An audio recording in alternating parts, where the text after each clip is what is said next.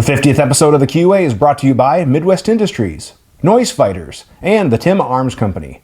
Yes, I'm donating some stuff too. It is the 50th episode. It is the end of the month, which means it is time for the QA, and it is the August 2021 edition of the QA, which is episode 50, which is kind of crazy to think about. I don't know exactly what to say, so thank you for sticking with me this long, and I'm not sure if maybe I shouldn't have, because I will be honest, I've said it before, I'll say it again, the viewers of the QA are kind of like the inner circle, and if you look at the numbers, I think the highest viewed QA we've ever had was 1,700 views, so this is definitely not our most popular segment. Oh, I lied, 2,400 views on, for whatever reason, November of 2018 was particularly popular. I don't even know why. The other one that I was referring to was the one where I shot a chipmunk.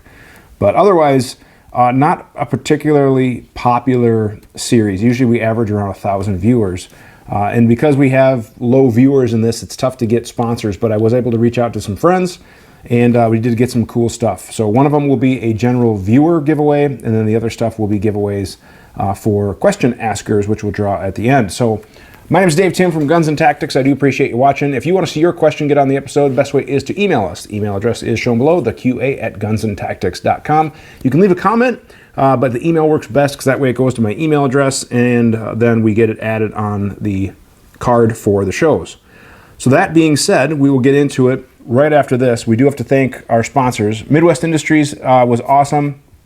Full disclosure, I do video work with them. If you go on over to their webpage and see any of their product installation videos, you're going to see this ugly mug. And it is because of that great relationship I have with them that they allowed me to give away some of the demo products, some of the stuff that I have done videos on. Usually I send it back to them. And but they were like, hey, why don't you hang on to a few things and give some stuff away. So I do have some combat rails that I'll be giving away. And I also do have a chassis for a Ruger PC carbine that I will be giving away. So that's cool. I got some rails and the chassis for that. The Tim Arms Company is going to be taking care of shipping and everything. So yes, I know I'm shamelessly plugging my own little shop here, but it is what it is. And I'm going to be giving away a Nomad Defense 19 size frame. This will fit the Nomad 9. It is a Nomad 9, but it will fit Gen 4 stuff. So I'm going to be giving this away. I did a video on this a while ago, and I'm going to be giving this away to a viewer. And then one of our big prizes is actually from Noise Fighters, and that is the panel bridge. Now this is a Mark I panel bridge in the very limited edition Coyote finish. This is going to be the viewer giveaway. And the catch with this is that you have to own either one night vision tube, and you're saying, yes, if I get that, I will buy a second, or you have to own two PVS 14s, because I don't want to give this away and then have somebody sell it just to make a quick buck. I do appreciate Neil's generosity, so I am giving this away to general viewers. So when you're watching this, if you want to enter, go ahead and leave a comment down below saying Noise Fighters. Okay, that's all you got to do is type Noise Fighters, and we will pick one random person by, let's just say, September 15th, and we'll probably try to do that live just to kind of have something fun to do, but it'll be a live giveaway based on that. So you have to comment Noise Fighters by September 15th, 2021, and then we will reach out and make sure that you actually do own the stuff, and then I'll get this to you. This is a $500 prize, so this is a significant prize here that Neil has stepped up. Now, I did a video on this, you can check it out up there, which is absolutely awesome. So thanks to Noise Fighters for the grand prize. I was going to try to do this episode live, but unfortunately my internet has been going out the last few days. It seems to be working now, but I'm going to just do a traditional one, and then in the future we might do live QAs, because truth be told, I think I would like to move the show to a live format, just kind of be a little more lighthearted and maybe a little bit more engagement, and then I can just easily publish them rather than having to edit and all that other stuff. So I do kind of like the idea of that. So that is something that I might do. Now, let's get to it. We had a bunch of questions. Now, before I start, there's no limit on the number of questions you can submit. Talking to you here, Kevin. Literally, you asked, where did Kevin's questions go? 1, 2, 3, 4, 5, 6, but in that 6th email, there was 8 questions, 7, 8. So Kevin, your questions are going to be a little abbreviated just because we have to have time for everybody else. I don't know, if you're looking to gain a bunch of knowledge on stuff, develop some training or whatever it might be, but I got to be a little respectful of everybody's time. So that being said, I've rambled on and on. Let's get right to it. Question number 1 is from Joe. Best barrel for accuracy that's not going to break the bank, under $300. Mid-length, around 18 inches, but not a JP. Was thinking maybe white oak. Would like a real good shooter. Well, I don't know why not a JP other than price, because the JP barrels that I have are good shooters, so I would definitely say if you can do that. Otherwise, I would look at any company that uses a Bartline blank. AR barrels would be good. Criterion barrels have treated me really well. The Midwest stuff that I've shot with Criterion barrels have been good. White oak is very well known as well. I've heard good things about theirs. And then also Rainier Arms, their match and ultra match barrels, they also come with a guarantee. And I know where they're getting their blanks from. I'm not supposed to say, but it's from a very high quality barrel manufacturer. So I would definitely take a look at those options. The Rainier stuff that I've had have been shooters, as is all the other ones. So definitely check out those. And the Rainier accuracy guarantee is nice too. So if you know you get a dud, they'll take care of you and make it right. They have really good customer service. Number 2 is from Art. Great QA for July. We appreciate it that I do it from the road. Yeah, I mean, sometimes it just keeps me occupied too. I hate the hotel downtime, so sometimes making the QA and trying to reduce, taking time away from family and stuff. So it works out. But his question is, necessary upgrades that you see for an effective tactical home defense shotgun. What do you see the shotgun's role as a hunker in place, or is there something to be said about the platform needing to be manageable for CQB? Great question. Oh, and P.S. Fanta is still the best, especially in pineapple. 100% agree. I actually do have a shotgun build video coming up with a Beretta 1301 that's going to be kind of my take on a modern patrol shotgun, but maybe we can do some dedicated videos. Kind of goes back to the same thing that I've done with rifles. It has to have a white light, it has to have a sling, and it has to have some sights. Now with a shotgun, you're probably not going to put a red dot, but ghost ring sights, the white light for positive target ID, low light situations, and then a sling for obviously allowing you to talk on your phone, render aid, communicate, move kids around or whatever. Biggest thing is with a shotgun is you got to be aware of over penetration, and you also have to be aware of your patterning. So knowing exactly where those pellets are probably going to go. And I say probably because sometimes random things with shotguns happen. So we have to be aware of our target discrimination, close proximity to loved ones, over penetration, things like that. But I'd like to do some dedicated videos on shotgun. I think that'd be a good topic. It's been a while. This one is from Ruth, half of Minnesota's Precision Power couple. Some of my favorite people. Actually just got done shooting a class and a match with Ruth and Justin. Seriously, if you're from the Midwest and you're looking to learn more about precision shooting, check out Midwest Precision Shooting. They're on Facebook. 2 absolutely amazing people, hearts of gold. Just Ruth and Justin are absolutely amazing folks. I always love hanging out with them. But her question: I was working out in the gym and watching the QA and wondered if I had a recommended workout regime for tactical shooting. If so, what type of things are most important? Flexibility, cardio, strength. Hope you're well. Hope you're well. I'll be honest, I don't work out nearly as much as I should. I am going to try to pick up kettlebelling a little bit more. I had a friend recommend kettlebells. Lance, I'm looking at you. It's not just going to be a paperweight. I'm going to, work on these guns in addition to these guns. But that's one thing I want to work on. And honestly, I think with the tactical games being so popular, I don't do the tactical games because I'm not in good enough shape, but I know Dustin does, my friend, and he is in good shape. He works out a lot. And I know it's a lot about, cardio and endurance and strength, and then being able to, get your heart rate up and then also make some rounds there. So I just am hoping to exercise more come winter and things kind of wind down a little bit. I'm hoping just to get in some better shape. Also watch what I eat a little bit more. I did, pack on a few Corona pounds, so I'm looking to lose those a little bit. Actually a lot, probably some more weight. That'd be nice. But yeah, and then maybe I can do some more videos along my journey of what I'm learning, because I definitely think that if you're stronger and healthier, it can definitely lead to you being a better shooter. And I would love to be more flexible, that's for sure too. Number 4, this one is from Dan. How do rail manufacturers measure their rails? Is there a standard? He has a gun that he wants to get a certain alignment with the muzzle device. Most rail manufacturers are going to measure it from the top 12 o'clock. That's the most common. So for example, this Midwest rail, it is measured from the top. That's how a lot of manufacturers do it. Now keep in mind that the barrel extension does go into the receiver, so it's not just, the barrel length is going to be the length that it says. There's going to be a little bit of the barrel length taken into account by the receiver, but generally speaking, rails are usually measured. However, for best absolute 100% information, it's always best to contact the manufacturer and ask them, because they might have like a little flange or something right here that they don't measure, or they might measure it from the 6 o'clock or something weird. But definitely call and ask. But most common, it's the 12 o'clock. This is from Hector. Congratulations on the 50. Thank you very much. Question about AR buffer springs. I've seen many tuning videos, which of course I have, how to choose your AR buffer video. And I know that different buffer springs exist. What circumstances would I want to consider changing to a different strength springs, rather downside to having one that's too strong? Yes, if you have one that's too strong, the gun might not run. I ran a Geisley 42, which is a great spring, but it's a very stiff spring in what was a reliable gun. Then I put the Geisley system in and I was like, now the thing's not working. Now that was just too much spring for that gun. Not to say that it's a bad spring, it was just too much for that gun. The Geisley 42, I threw it in a friend of mine's. I think he's running it in like an SBR, and it works great because that gun was a little overgassed. So that worked just fine.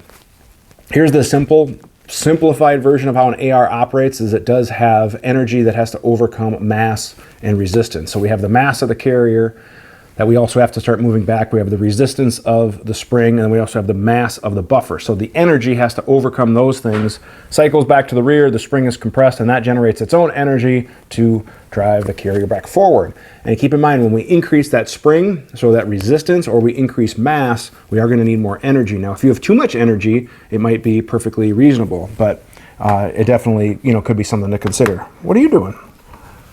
Yeah, I got some doggies here. Come on. You guys can say hi. There's Lily. So anyways, that's a good question for that. The downside is sometimes, like I said, it can be too much. And then also finding a replacement might not be the easiest thing. Once you have that gun tuned and you need to replace that spring, it might be a little tougher to find a replacement. So use a good quality spring. I still love the JP Silent Captured Spring System. Those are my favorite. Just because I can tune it with spring rates, I can tune it with their little weights, and they just run so smooth. So definitely a good system there. This one is from Andrew. How is Rockset different than normal thread locker? I've watched your videos and you briefly talk about it. What are the pros and cons? Rockset is a ceramic-based high heat adhesive. They call it a cement, and it's designed for really, really high heat things. So most of us in the industry use it to mount our muzzle devices where we're going to have a suppressor mount, so it doesn't come loose under heat. Now, it is a stronger adhesive, and it can be difficult to remove in certain situations. Not impossible. I've removed a lot of muzzle devices with it, but it's not a general thread locker. For small fasteners, it's good to use the proper thread locker. Now, regular Loctite thread lockers made by Permatex or Loctite are two of my favorite brands. They are basically a CA, and I can't remember what CA stands for. It's Cyana, Hanner, Mama, Nama. Dustin and I were just talking about this, but basically it's the same ingredient in super glue, whereas Rockset is more ceramic-based. But there's different strength of thread lockers. Generally speaking, purple is your lowest, blues are the mediums. Permatex is making an orange, which is kind of an in-between the blue and the red, and then red is generally a higher heat, like 400 degrees-ish, whereas Rockset, I want to say, is like 1100 degrees. So those are the different kind of short versions, but I can certainly get into more detail if anyone really wants to learn more about thread locker. I do have a thread locker 101 video, which you can check out up there as well. This one's from Quentin. Is this a proper way to break in a barrel? And then, as you can see from the video, he's just basically doing a meg dump, which goes on.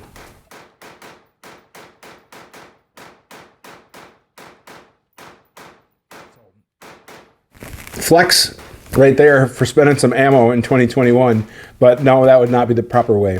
Generally speaking, there's a lot of debate on barrel break-in. Some people are like the shoot one, clean one, shoot two, clean two, shoot five, clean, whatever. My thing with barrel break-in is don't heat up the barrel. Don't stress it out too much. Heat is a stressor, and that can induce wear for barrels. So for me, when I'm breaking in even a precision rifle, I'll generally shoot one, maybe two, run a pellet, I use the cleaning pellets and a rod through it, shoot a few more, take my time at a nice pace. Meanwhile, I'm usually zeroing or doing chronograph data or whatever. I try not to waste rounds by just breaking in. So if I know I have to get chronograph data, that's a good time to do break-in. However, I have also found that the barrel tends to settle in a little bit, so I find kind of getting a rough zero and then chronographing maybe into a couple hundred rounds gives me better results. So that's kind of one thing I've been learning. But I just say, take it slow, clean it a little bit, kind of let some following build up. and then you'll kind of get an idea. But that would be, maybe we'll do a different video. I don't even know if I want to touch that topic. So everybody else on their brother has done topics on barrel break-in, plus the barrel manufacturers have directions too, which you should probably follow. This one is from Paul. As an average citizen who doesn't shoot, competition, or hunt, but just mostly practice for home defense, family safety, do I really need all high-end gear? Battle belts, split carriers, LPVOs, blah, blah, blah. He has a Glock, AR, 870 police. You're set, man. Just practice with it.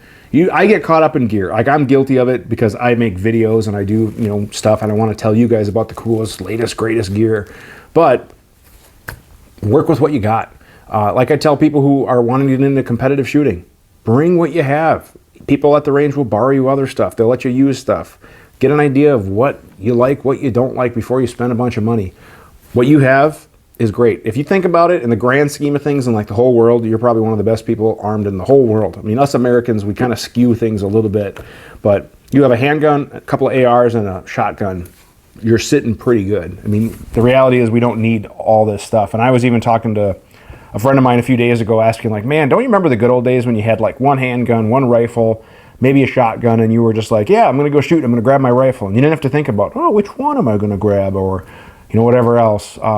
I just wish I could kind of go back and be more content with that stuff. But, sometimes I get caught up in like, oh, I want this new thing, and there's a stupid fly. Sorry.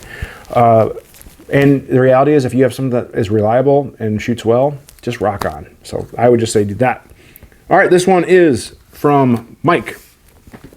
New to the bolt action world, planning on buying a Terminus, lives in California. It's hard to find 6.5.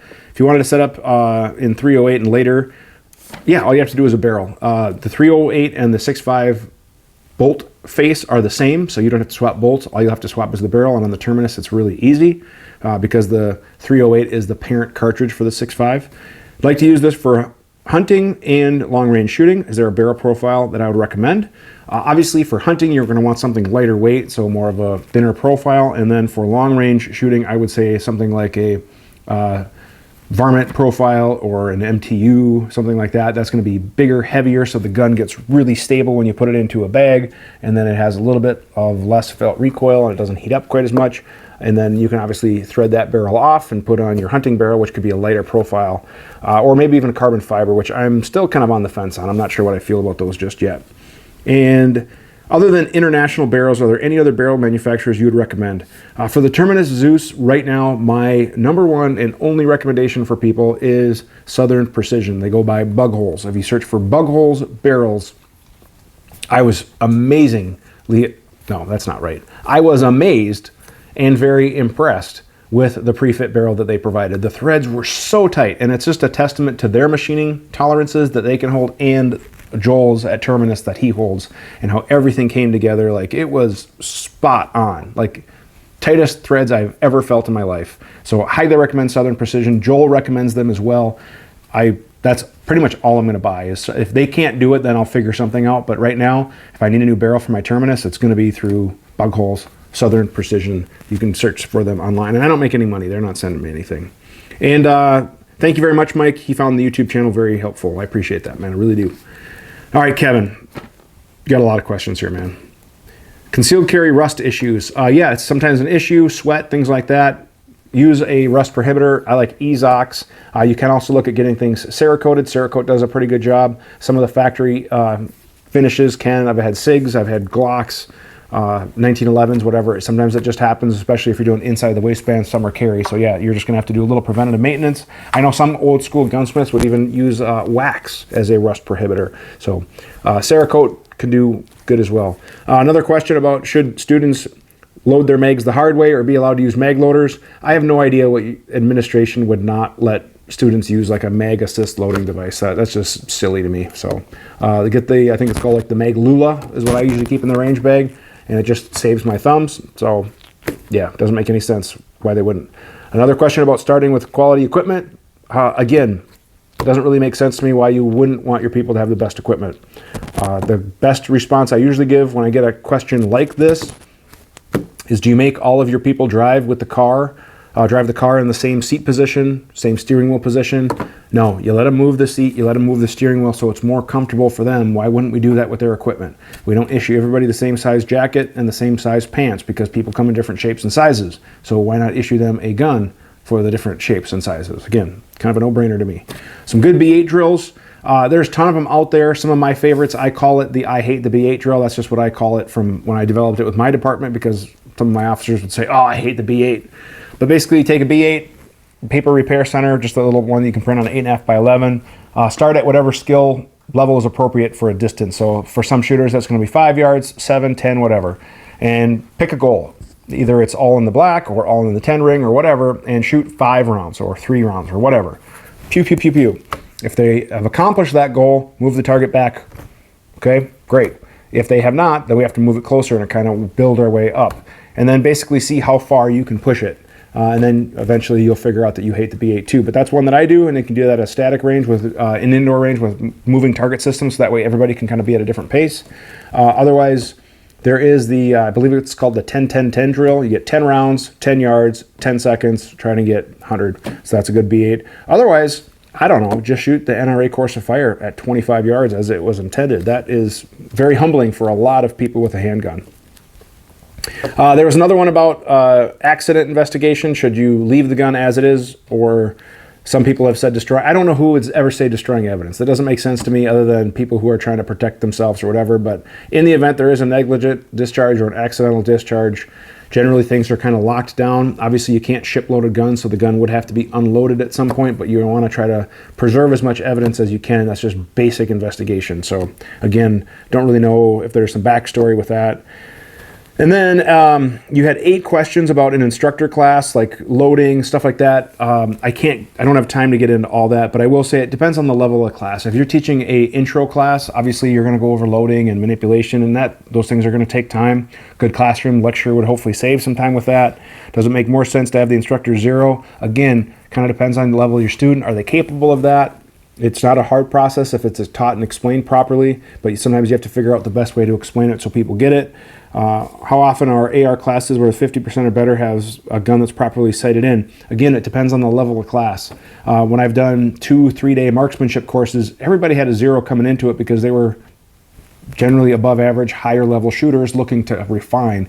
Whereas an intro course, I get people who are like, yeah, I just put this together, or I've never zeroed it, or what's a 0? So it kind of depends on the level of the class, and sometimes that is on the joining orders as well, or the prereqs that you have to have this. Because zeroing does waste a lot of time if you have to do it. So in some classes, I've said, hey, it's up to you. You have a 0. We'll do a 0 confirmation. It'll take about 15 minutes to do a 0 confirmation, and then we're moving on. The ability to use iron sights is a lost art. Yep, because iron sights aren't really used that much. Red dots being so reliable, I think it's important to know how they are used, but I don't necessarily think you need to master the iron sights anymore. Yep, I know people are going to harp on me or whatever, but I think teaching people to shoot with a red dot first, handgun or rifle, is better because you get more information. You see what the gun's doing, and then you can teach them how to shoot with the iron sights. I can do a whole nother video on that rant, but I truly believe it's better to teach them with the red dot first, because then they're focused on the target. They're getting information. It's just a win-win. All right, on the AR, do you prefer rear sights that have the same height? Yes, the A2, the 02, that's part of a system. And if you're just using flip-up sights, you take away that system, so they need to be same plane, meaning when you switch from large to small aperture, the elevation does not change, because people don't understand that that was part of the A2 handle, and it was a drum system that was designed to be with these different heights, and that was built-in elevation change to go with the adjustment. So if you don't have all that, you need a same plane rear aperture. Again, I could do a whole other video on that. Preferred ways to teach someone with an AR with monovision. Again, it kind of depends, but the nice thing with the red dot or an LPVO is they're focused on the target, so it works out pretty slick. Flip up magnifier, does it make sense to completely eliminate the iron sights? Again, it kind of depends on the setup, but yeah, generally if it's going to obstruct your view, flip up sights are kind of where it's at. Offset 45 sights are great, or the offset red dot is great in my opinion. I love the offset red dot. That's a great way to go for a set of backup sights. It also offers advantages for night vision people with a passive. It can, with LPVOs it works out great, so the offset red dot is growing to be my preferred red dot backup sight of choice. However, more money, got to buy a mount, got to buy a offset. On the Arisaka, if I have enough cards left, you can check out my video there of the Arisaka offset red dot mount. Doesn't make sense to stick with the standard height over bore. It depends. If you're running night vision, you might need something a little higher. If your head like more of an upright, you might run something a little higher. So it just kind of depends on personal preference. I have a lot of standard AR height, but the 1.7, the 1.93 mounts are very popular as well. Again, because of night vision, they need to clear, you know, like a laser, something like that. So it all kind of depends on your need and what you're going to be using it for. So good questions, but I can't go into a ton of detail because you literally sent a bunch. Oh, and we're not even done with your questions yet, Kevin. All right, HR 218. Yes, officers should qualify. I don't know who would fake it or whatever. That's gonna, you know, that's gonna be their problem, I guess. But they should qualify and keep records of that. And then adhesive, screwing the optic plate. No, that's not right. Securing the optic plate of a handgun with adhesive. I personally don't think it's needed. You can if you want, and I know you put in there how you would basically take out the screws and just hold it. I think that's asking for trouble, man, because all it takes is that one time that adhesive is going to fail and that red dot's going to come flying off, and that's going to be on you. So I wouldn't do that. Secure with screws. Again, degrease, proper thread locker, proper torque, witness mark. Screws will treat you good. And in my go-to thread lockers are Permatex thread lockers or Loctite. I no longer like or recommend Vibratite VC3, and I know some people will disagree with me, but I've just had bad luck with it. It comes loose. I've had the witness marks back off, and I'm not alone. So I've said goodbye to VC3. I was using it for a little while, but right now I'm either using the Permatex stuff or Loctite. 222, 243, and I can't remember the Permatex part numbers, but the blue gel, otherwise they're purple, it works great. And I think that's all of them. Yes. All right, we got Kevin taken care of. This one is from Andrew. Andrew, hope all is well. Looking forward to new content. Appreciate that, man. What's the best way to sight in a pistol red dot? I do have one video. If I have cards, otherwise it'll be in the description. That's kind of a dated video now, but basically I recommend hand holding if you can, 10 yards. Should be able to hit a 1-inch target at 10 yards. That's the goal. Maybe if you're a 2-inch, that's fine, whatever. Basically, we're going to ignore the iron sights. That's the question I get all the time. It's like, where do I put the iron sights? Or do I put this on the iron, the dot on the iron? No, just ignore them. You can take the iron sights off for all I care for zeroing purposes. I mean, not literally, but ignore them completely as if they don't exist. And we're just going to put the dot in the center of the window, and we're going to fire, try to be consistent. And then the adjustments move the impact. So let's say you're shooting to the left, we would go to the right. So if it says dial this way for right, that's what we would do. And then go from there. I'll do an updated video on zeroing. I do have that new staccato that I need to zero, so that'll be a great opportunity to kind of update that video. But yeah, if you have difficulties, then go ahead and use a bag and you can rest on that. And I'll show you that in that video as well. But you can use like a rest to kind of get more steady so you know that you're getting as consistent shots as you can. Last, but certainly not least, is Taylor. He is hailing from, doesn't say where. He's currently on a deployment. He's armed with an M9 and an issued Safariland, and he's not allowed to practice drawing or picking up the sights. What, if anything, is a best practice to do to improve it if it needs to get used? Yeah, with the double actions, if you can dry fire, that is the best because you develop that finger strength. However, I understand they might not allow it. So if you're just looking for kind of sight acquisition, maybe see if you can pick up a red gun. The sights on those kind of suck. They're just generally molded in, so you might have to file some clean edges, but at least that would give you something to have, something that feels like a gun, is completely safe, so hopefully your admin wouldn't have a problem with it, and then you can get some sight acquisitions as best you can. Obviously, you're not going to get that dry fire with that trigger finger press, or you're not going to get like a safety manipulation. I can't remember if you guys are required to carry safety on or off, but that is probably the best option that you're going to find is that one, so I hope that helps. That being said, now let's get into some prizes. And we have a bunch of prizes to give away. Let's talk about, again, the panel bridge. If you want to win the panel bridge in the limited edition Coyote finish, leave a comment down below, just says Noise Fighters. And then I'll compile a spreadsheet. And we're around the 15th, we'll have a live episode giving away that. But we are going to hold you to sending us a picture. And it's going to be like a scavenger hunt. You'll have to do something with the picture so we know it's not just one you took off the internet. And I want to make sure this goes to a good home where it's actually going to get used. So that is our grand prize, thanks to Noise Fighters. Thanks to Neil. Awesome guy, awesome products. So that's our grand prize for all of the viewers of the QA. So make sure you leave a comment down below, Noise Fighters, to win a panel bridge, which is pretty awesome. All right, now let's start giving away some stuff. We'll start with this. This does need to go to an FFL. This is it was used in some videos, a Nomad 9 frame. So you have to complete this. Let's take a look at, and that is going to be number 7. You're just gonna have to trust me. I'm not gonna have to pick up the iPad every time. And number 7 is Quentin. Quentin, got a frame coming your way. So we'll have to get some FFL information from you. Quentin, congratulations on that. All right, let's give away well, I got this one here. So this is a combat rail. This is gonna be an 8-inch, I believe. Yeah, 8-inch combat rail from Midwest Industries, perfect for like a pistol build or something like that. And again, some of this stuff was used in videos, so it is, handled a little bit, but it is otherwise brand new. So let's give away this guy, and that is from Art. So Art, we got this for you. Art, combat rail, 8-inch in length, awesome. All right, we got a Midwest chassis for a PC charger. Let's give this away. And again, thanks to our sponsor, Midwest Industries, super awesome guys. From Hector, hopefully you have a Ruger PC carbine, got that coming to you.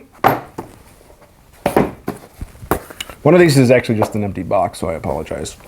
All right, here we go. This is a 7-inch combat rail. Mike. So we got this combat rail going for Mike. We will be in touch.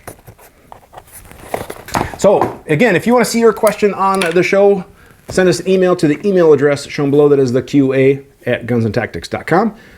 Make sure to enter Noise Fighters down below if you want to be in the drawing for the Noise Fighters. And again, thank you guys for sticking with me this long. Our channel just hit the 50th episode of the QA. We hit over 10 million lifetime views, which is pretty cool.